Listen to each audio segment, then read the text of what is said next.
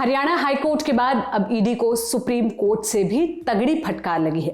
Court ने उन्हें अपने काम के तरीके में सुधार करने की सलाह दी है और कहा है कि ईडी के अधिकारियों का व्यवहार बड़ा अमानवीय था, माने इनह्यूमन था। पूरा मामला क्या है? इतनी शक्तिशाली एजेंसी को कोर्ट ने खरी खरी क्यों सुनाई? आइए पूरा मामला बताते हैं।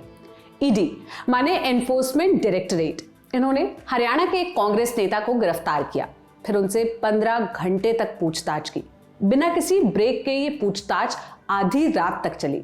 सुप्रीम कोर्ट ने इसे ईडी के अधिकारियों का अमानवीय आचरण माने इनह्यूमन बिहेवियर बताया है। कोर्ट ने इस मामले में ईडी को कड़ी फटकार लगाई और एजेंसी के काम करने के तरीके पर भी सवाल उठाया।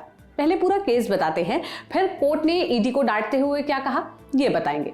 पिछले साल माने जुलाई 2024 में पूर्व कांग्रेस विधायक सुरेंद्र पंवर को ईडी ने गिरफ्तार किया था। उनकी गिरफ्तारी अवैध खनन से जुड़े मनी लॉन्ड्रिंग के एक मामले में हुई थी। सितंबर महीने में पंजाब हरियाणा हाईकोर्ट ने उनकी गिरफ्तारी को रद्द कर दिया। हाईकोर्ट के इस आदेश के खिलाफ ईडी सुप्रीम कोर्ट पहुंची। ईडी की ओर से वकील जोहेब हुसैन ने कहा कि हाईकोर्ट ने अपने आदेश में इस बात को गलत तरीके से रिकॉर्ड किया कि पंवर से बिना ब्रेक के लगातार 14 घंटे 40 मिनट तक पूछताछ की गई। उन्होंने बताया कि पूछताछ के दौरान उनको डिनर के लिए ब्रेक दिया गया था। हुसैन ने यह भी कहा कि ईडी ने इस बात के लिए पहले ही कदम उठाए हैं कि तड़के सुबह किसी से पूछताछ न की जाए। मामला जब सुप्रीम कोर्ट पहुंचा तो जस्टिस अभय एस ओका और जस्टिस ऑगस्टीन जॉर्ज मसीह की पीठ ने इस मामले की सुनवाई की। उन्होंने ईडी की दलील को खारिज कर दिया और सवाल उठाया कि क्या ईडी पंवर को बयान देने के लिए मजबूर कर रही थी।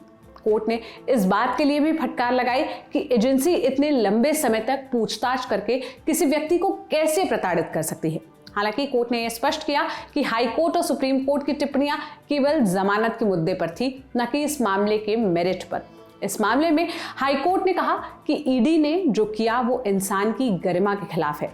कोर्ट ने आगे कहा, अदालत समझती है कि ईडी को अपने काम के तरीके में सुधार करना चाहिए और ऐसे मामलों में अधिकारियों को संवेदनशील बनाना चाहिए और उन्हें कुछ उचित समय सीमा का पालन करना चाहिए। सटीक रूप से कहे तो यह सराहनीय होगा कि संयुक्त राष्ट्र की ओर से निर्धारित बुनियादी मानवाधिकारों के अनुसार निष्पक्ष जांच के लिए व्यवस्था बनाई जाए, बजाय इसके कि एक दिन में इतने लंबे समय के लिए अनावश्यक उत्पीड़न किया जाए। सुप्रीम कोर्ट ने भी इन्हीं भावनाओं को दोहराया। सर्वोच्च अदालत ने कहा कि यह मामला किसी आतंकवादी गतिविधि से संबंधित नहीं था, बल्कि अवैध रेत खनन का था। इस तरह के मामले में लोगों के साथ व्यवहार करने का ये तरीका नहीं है। कोर्ट ने कहा, आप किसी व्यक्ति को बयान देने के लिए मजबूर कर रहे हैं। कोर्ट ने सवाल किया कि क्या आप किसी व्यक्ति को बयान देने के लिए मजबूर कर रहे हैं। सुप्रीम कोर्ट ने हाई कोर्ट के आदेश को बरकरार रखा है। इस आदेश में कहा गया है कि पंवर की गिरफ्तारी और गिरफ्तारी के आधार कानून की दृष्टि से ठोस नहीं थे और ईडी के पास इस बात को साबित करने के लिए कोई सबूत नहीं था कि राजनेता प्रत्यक्ष अप्रत्यक्ष रूप से अपराध की आय से जुड़े हुए थे। इस मामले पर आप क्या राय रखते हैं? इस टिप्पणी पर आप क्या कहेंगे? आप हमें कमेंट बॉक्स में बताइएगा। इस वीडियो के स्क्रिप्टिंग के लिए इनपुट दिया था मेरे साथी रवि सुमन ने। मेरा नाम सोनल है। देश और दुनिया की तमाम खबरों के लिए आप लल्लन टॉप देखते रहिए। शुक्रिया।